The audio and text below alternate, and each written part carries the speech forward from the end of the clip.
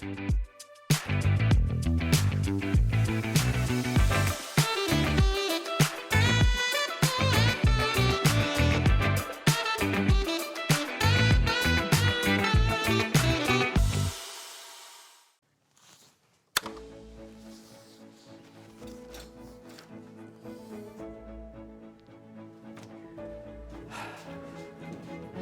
up, John? Staring at dirt for fun? Kinda. I just planted some flowers and I've heard that vegetation grows faster when it listens to music. Haven't you ever heard you should talk to your flowers? No. Well, you should. Music supposedly makes them react faster. I just have to find the right kind.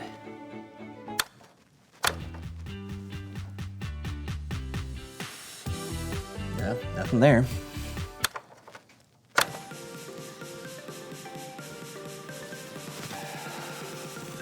John, this is ridiculous. There's no way that... Woo-hoo! It's time for another dance party with DJ Daisy. Hey! You've got to be kidding me. This isn't even a good song. What? Double Daisy dance. Do, do.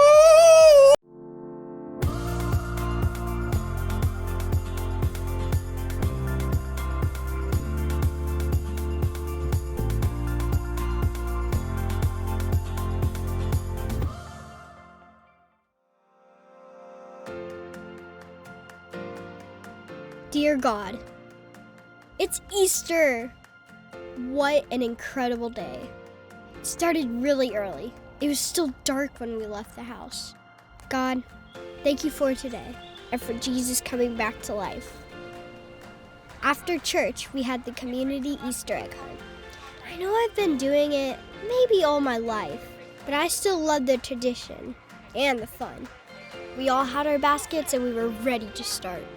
When they said go, I was off.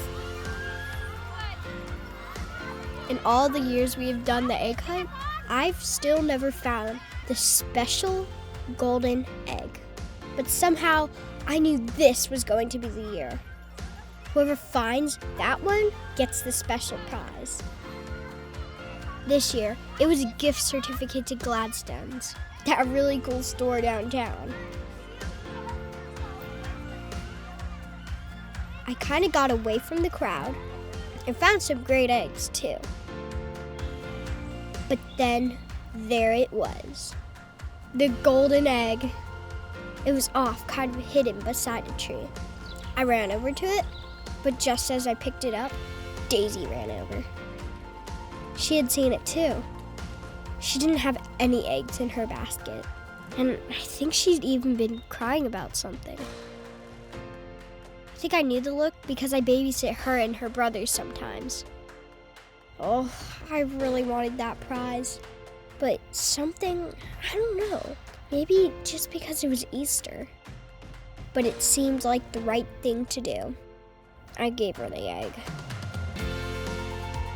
She was pretty happy.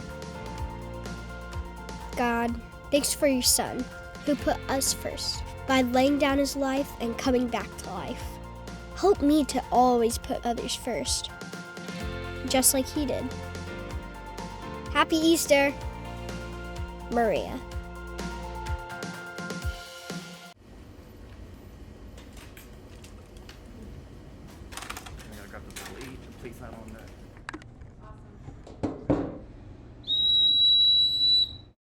All right, y'all ready? Here we go.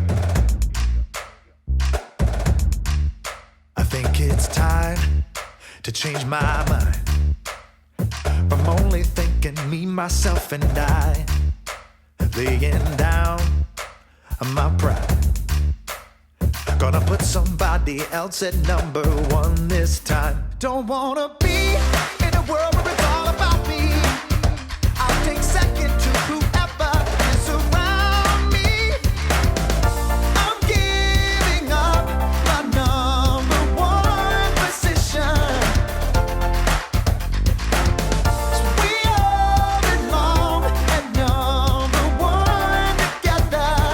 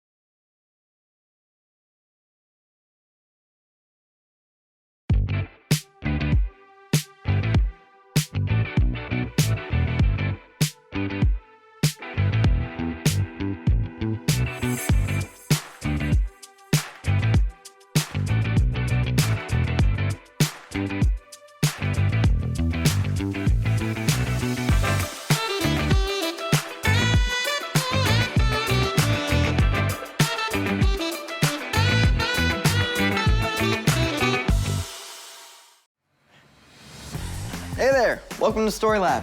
This week we're talking about humility while we take a look at the story of two guys on a road trip who had the greatest surprise of their lives. Ooh, spicy.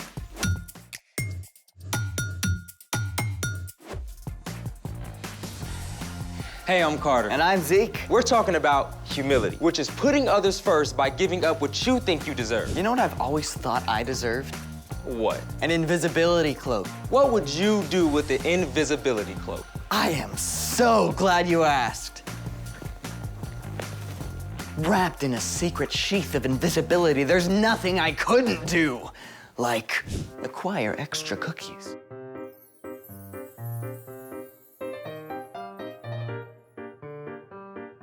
Or surprise my friends.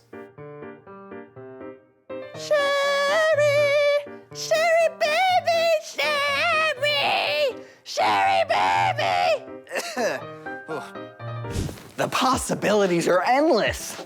Okay, number one, I can see why you want to be invisible for karaoke. Oh, I don't want to make people jealous of my amazing vocal stylings, obviously. And number two, you will be happy to know that scientists are working on a real invisibility cloak. What? Yep, scientists have engineered a new class of materials called metamaterials that interact with light in ways we've never seen before. A metamaterial cloaking device can hide an object by reflecting light around it. So, someone watching will simply see signals from images behind the object, as if it weren't there. A real-life invisibility cloak? Mind blown. Zeke, what are you doing? Ordering my invisibility cloak, of course. I hate to tell you this, Zeke, but I-N-V-I-S-I-B-I. Why are there so many I's? so far, scientists have only been able to cloak something less than 1 inch tall. Oh. So I need a invisibility cloak and a shrink ray. Actually, I know a way we can make something disappear right here in this room. I've already been disappointed once today. No, really, it's super easy. Don't break my heart. This will work, honest. Well, then, Let's make it. For this experiment, you need a large beaker, a small beaker, and some oil. Step 1, fill a large glass beaker about 3/4 of the way with oil. Step 2, take the small glass beaker and using tongs, push it all the way down into the oil.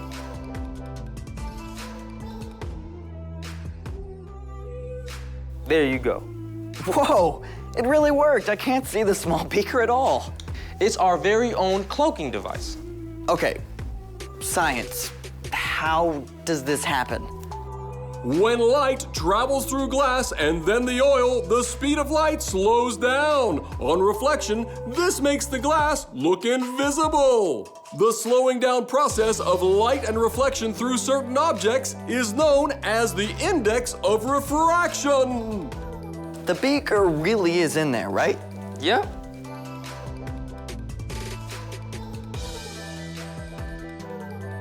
I love science. Well, we're about to look at something else that wasn't what it appeared to be. It's time for... The story before the story. Today, we're in Luke, the 3rd book in the New Testament. Luke is one of the 4 Gospels, the books that tell the story of Jesus' life. But before Luke, in the very beginning, out of a deep, deep love, God made an amazing world. But when people turned away from God, the world was broken. God made a plan to draw people back into relationship. So at the right time, God's very own son, Jesus, came to live among us. When Jesus grew up, he traveled from town to town, teaching and healing. But the religious leaders made plans to get rid of him. Jesus was crucified on a cross and died. But early Sunday morning, Jesus returned to life. Lots of his friends saw him. Which is where our story starts. Take it away. Hey everyone, I'm Brian. On the very first Easter Sunday, things were a little wild and crazy for Jesus' followers. First, the tomb was empty. Then, some reported seeing angels. And finally, some said they saw Jesus, alive. For those who had not yet seen Jesus with their own eyes, it seemed too good to believe. One of these followers was a man named Cleopas. Sunday afternoon, Cleopas and a friend were walking from Jerusalem to the town of Emmaus, about 7 miles away. Luke, who wrote down this story, didn't tell us the name of the friend, so let's give him a name. How about, Micah. As they walked, Cleopas and Micah talked about everything that had happened in the last week, trying to understand. While they were deep in conversation, a man came up and started walking along with them. Spoiler alert, the man was Jesus. But God kept Cleopas and Micah from recognizing him. Jesus asked them, "What are you talking about as you walk along?" The two men stopped in their tracks. They just couldn't believe anybody could have missed all the action. Are you the only person visiting Jerusalem who doesn't know about the things that have happened there in the last few days? What things? About Jesus of Nazareth. He was a prophet. He was powerful in what he said and did in the sight of God and all the people. The chief priests and our rulers handed Jesus over to be sentenced to death. They nailed him to a cross. We had hoped that he was the one who was going to set Israel free. Yeah. Now it's 3 days since all this happened, and some of the women who followed Jesus have told us something crazy. Get this. Early this morning, they went to the tomb, but they didn't find his body. They came and told us they saw angels who said Jesus was alive. After that, some of our friends went to the tomb. They saw it was empty, just as the women had said. How long it takes you to believe all that the prophets said. Didn't the Messiah have to suffer these things and then receive his glory? As they walked together toward Emmaus, Jesus started explaining everything that the scriptures said about him. Now remember, these men did not have the New Testament. They had the laws that God had given to Moses and all the stories and prophecy written down in the Old Testament. Jesus went through it all, step by step, and explained God's plan. He told them how it was predicted all through Scripture that the Messiah, Jesus, would come to save God's people, and that he would have to die and return to life. Cleopas and Micah were completely floored by what Jesus said. When they reached Emmaus, it looked like Jesus was about to keep going, but they didn't want the conversation to end. Stay with us.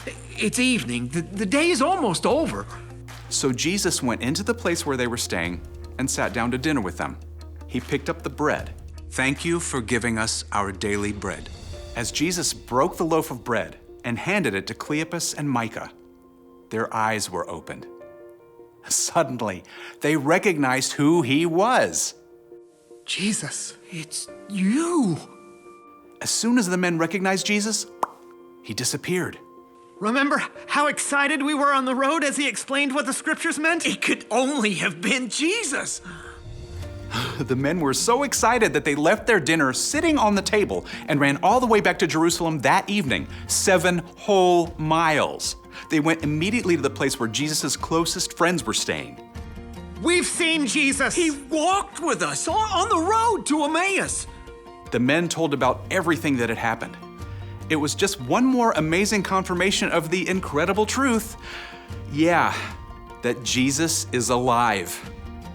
The end.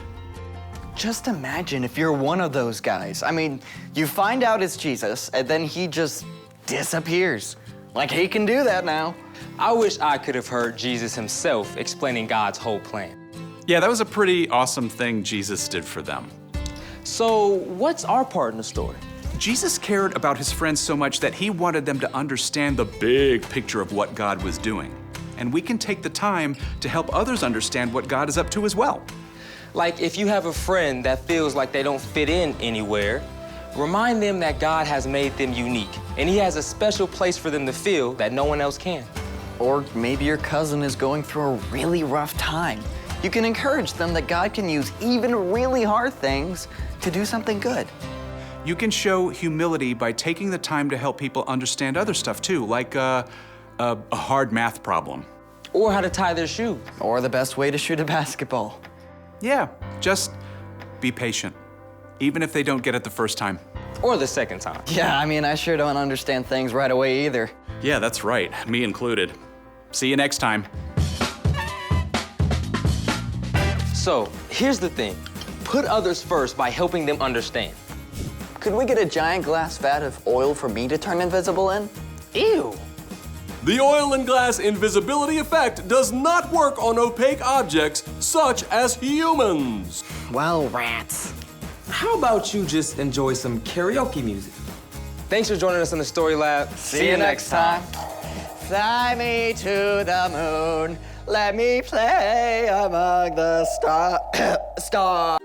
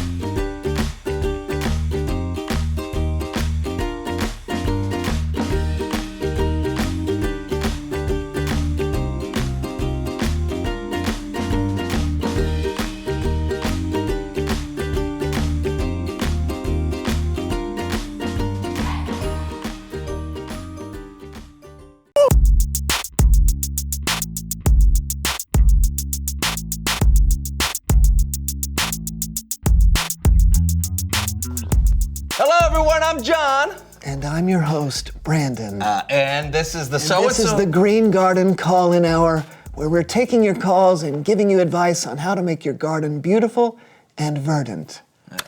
Caller, go ahead. Hi, Brandon. Big fan. What's going on right now? I'm trying to make sure my succulents stay healthy during the upcoming summer months. Do you have any advice on watering frequency? Thanks so much. Love the show. Hey, caller, thanks so much for calling in. My thoughts are that all plants need water. So go ahead and water them all the time, every day, as much as possible. That's terrible advice. Never mind, don't water them, ever. They're smart plants. They'll figure it out. Next caller. Hey, Brandon. Long-time listener, first-time caller. I'm trying to plant a blueberry bush, but I don't really know much about soil pH. Is that okay? Why not? As we all know, pH stands for plant hands, which blueberry bushes don't have, so you should be fine. Brandon! We've got to go to commercial break, but we'll be back soon with more insights and tips. You know nothing about gardening. I know! I ended up hosting this radio show somehow, and I still have no idea what I'm doing. How long have you been hosting this show? I don't know, 7 years? 7? Look, How did you get There's this no show? time for this, John! I need help! Could we possibly bring on someone who knows stuff? Okay, sure. Please welcome someone who knows stuff.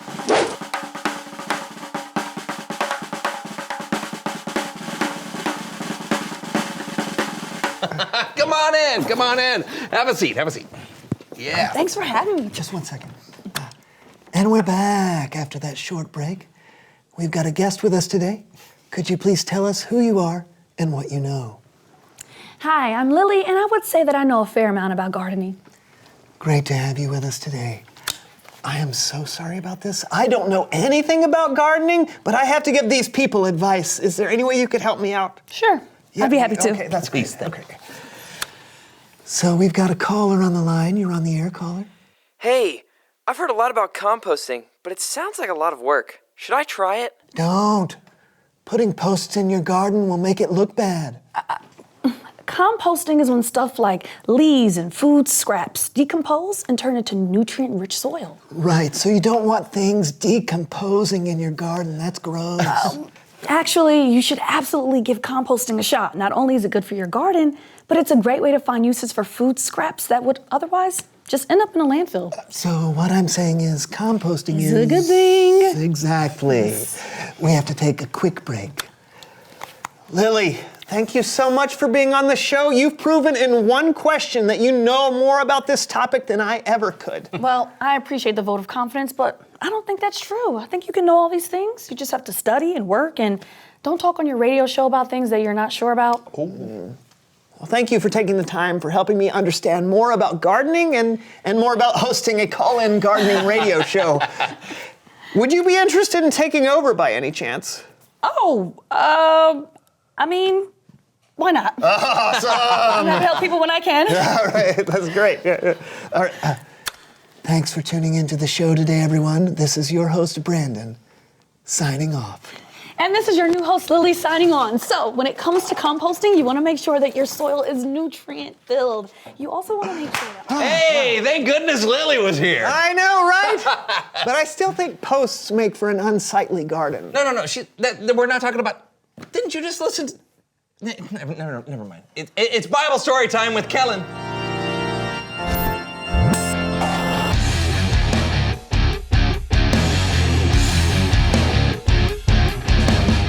Hey guys! Kellen, my man, what's going on today? Today we're going to be talking about a story from the book of Luke, where two men happen to be... I know this song.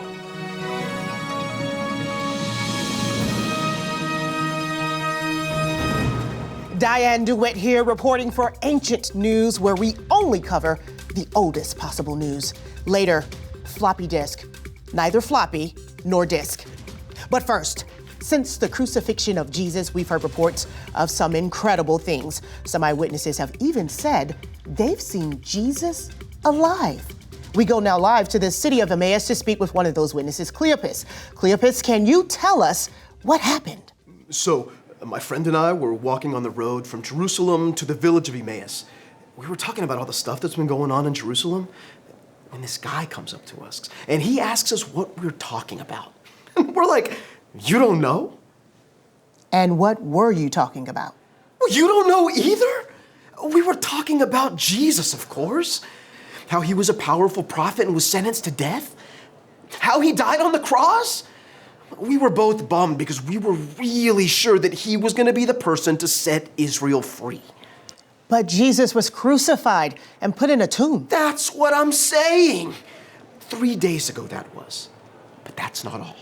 Today, some friends of ours went to Jesus' tomb and didn't find his body. They saw angels who told them that Jesus was alive. Amazing. Yeah. And you told all of this to the man who came up to you on the road? Yeah. And get this. He said we were being foolish.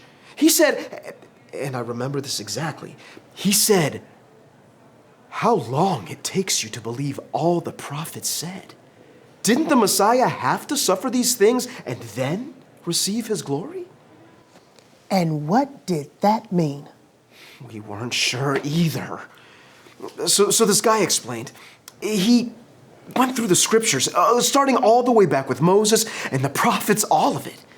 It was like God had this plan for everything that's been happening. Fascinating story. I'm sure that's all there is to it, though. Actually, there's Back to you, Kellen. Okay. Well, that isn't exactly all there is to it, but that is how it started. You see, Cleopas and his friend were just arriving at home when they... There it is. We're back with more Ancient News. Later, silly bands can actually be used as rubber bands. Maybe they're not so silly after all. But first, breaking news on the story we just left. We have here the friend who was walking with Cleopas on the road to Emmaus. That's right, my name is... No time for that, this is breaking news. Last we heard, you were on your way to Emmaus when a stranger walking with you explained everything that had been going on. Right, and when we got to the place we were staying, he wanted to keep walking, but we wanted to hear more. So we begged him to have dinner with us. And did he? He did. We sat down right here in this room, and that's when things got really crazy. The guy blessed the bread, and the second he broke it, we could see who he really was. And he was? Jesus. Shocking. Yeah, he was alive just like our friends had been saying. And then, just like that, he disappeared. So Jesus himself had been walking with you that whole day? The entire time. But after he vanished from dinner, Cleopas and I booked it back to Jerusalem because we had to tell the disciples what we saw. I'm being told we have one of Jesus' disciples, Simon. Simon, is all this true? Is Jesus alive? Yes. Absolutely fascinating. Jesus of Nazareth, once dead, now alive again. And still taking the time to help people understand why he's here. Incredible. Thank you so much for sharing your story with Ancient News, Cleopas' friend. Actually, my name Time is... for a break. Up next, where exactly is Waldo? I'm Diane DeWitt for Ancient News. Back to you, Kellen. Wow, that is some really good news right there. It's incredible enough that Jesus came back from the dead, but he wasn't done. He took the time to show himself to some of his followers and explain what God was up to people who might have been confused. He helped people understand. That's another way Jesus was humble. Yep, and it's a way for us to show humility too. When we understand something and someone else doesn't, we can be patient with them and help them learn. Like you do for us, Kellen. Yeah, right. And like Lily did for you in your radio show. Oh, yeah. Hey, thanks for the story, Kellen. No problem. I'll see you next time. You know, I feel like I understand a little bit more about humility now. And I understand more about gardening, but I've given 7 years of bad advice. Just think of all the dead plants. Yeah. Reveal the question. Oh, hey, great. Today's question is, when has someone helped you understand something? Yeah, every day of my life. Yeah. I mean, there's so much stuff going on all the time. Oh, like kids can explain to me how to install apps on my phone. Mm-hmm. Oh, I just learned from a podcast yesterday why you should never eat undercooked chicken. Oh, no, that's good for you. It's chicken sushi, they call it. What? No, you know sushi. nothing about cooking either, do you? No, I don't. Okay, that's all we got this week. We'll help you understand. We'll help you understand some stuff again next week, we hope. Yeah, until then, I'm John. And I'm Brandon. And this was the So-and-So Show. See you soon. See you Do soon. not eat undercooked chicken or raw chicken. Don't eat any of it. Are you sure? I am 100% positive. All right. Yeah. It's time to get a dance on. I'm DJ Daisy. And I am Dan D. Lion. Kick it, scene.